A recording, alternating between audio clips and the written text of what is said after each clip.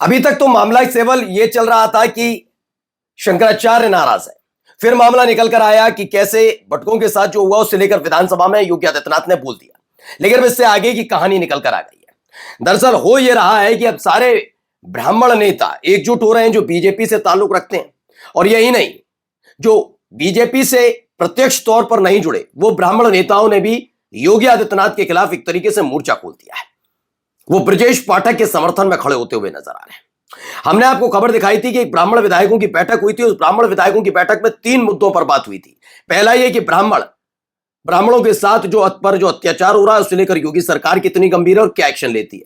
दूसरा, ये ब्राह्मणों की हो रही हत्याओं पर योगी सरकार कितनी गंभीर है और क्या एक्शन लेती है। और तीसरा ये कि उस बैठक में ब्रजेश पाठक को बुलाया नहीं गया था और यह क्लियर किया जा रहा था कि एक ब्राह्मण नेता बीजेपी के अंदर चुना जाए। तब से ही ब्रजेश पाठक की बेचैनी बढ़ रही थी।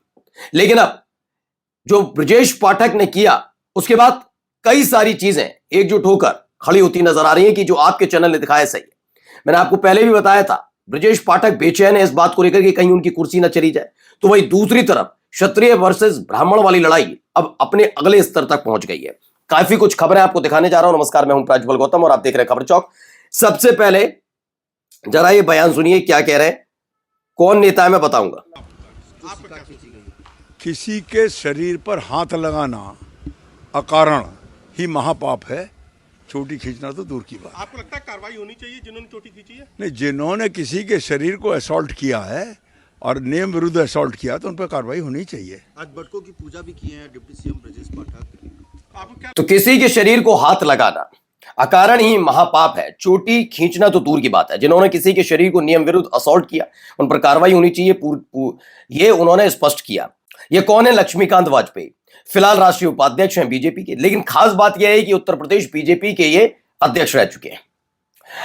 जहां एक तरफ ब्रजेश पाठक अपने घर पर 101 भटकों को आदर सम्मान देते हैं, तो वहीं दूसरी तरफ खबर निकल कर आती है कि अब सारे ब्राह्मण नेता बीजेपी से ताल्लुक रखने वाले एक एक करके योगी आदित्यनाथ की सरकार के खिलाफ खड़े हो रहे हैं क्या?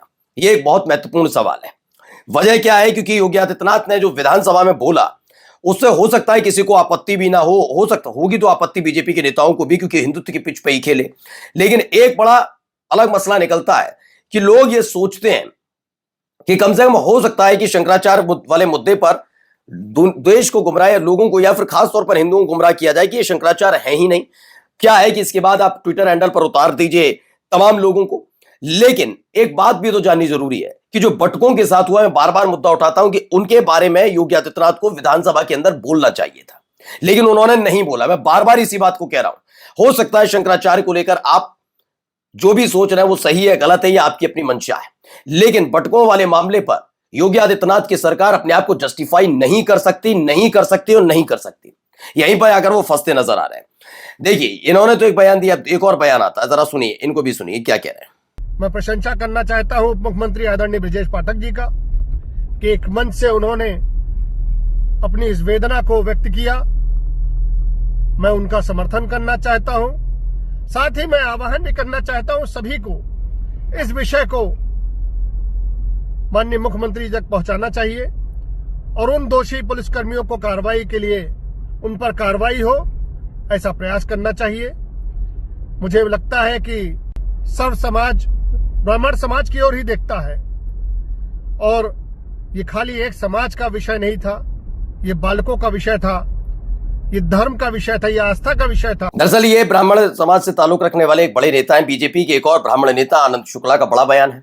उन्होंने, चूंकि वो बीजेपी के नेता हैं, तो उन्होंने सीधे सीधे पहले डिप्टी सीएम ब्रजेश पाठक का समर्थन किया, जिन्होंने महापाप, जिन्होंने फिर शब्द का इस्तेमाल किया। फिर उसके बाद योगी आदित्यनाथ बीजेपी में शुरुआत से नहीं थे, उसके लिए रिसर्च की बात कह दी उसी कार्यक्रम में। फिर भटकों को बुलाया और उनका आदर सम्मान किया।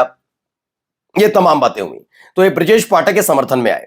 लेकिन इन्होंने एक बात कही कि योगी आदित्यनाथ तक ये मसला पहुंचाना चाहिए। मैं फिर कहता हूं योगी आदित्यनाथ तक ये मसला पहुंचा हुआ है। फिर मैं कह रहा हूं कि शंकराचार्य वाला मुद्दा था ही नहीं। इससे आगे की कहानी यह है, हर कोई इस बात पर उठा रहा है मुद्दा कि आखिरकार आपकी पुलिस किसकी इजाजत पर छोटे छोटे बच्चों को मार पीट रही थी। इसका जवाब कौन देगा? देना तो आप ही को पड़ेगा ना।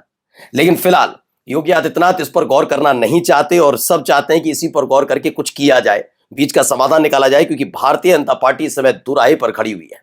एक ऐसी राह पर जिस पिच पर वो लगातार खेलती रही, उसी पिच पर वो अब फेल होती नजर आ रही है। नमस्कार। New Public Inter College, Lucknow. Admission open. For more information, call 0522 282232 or 7755 089585.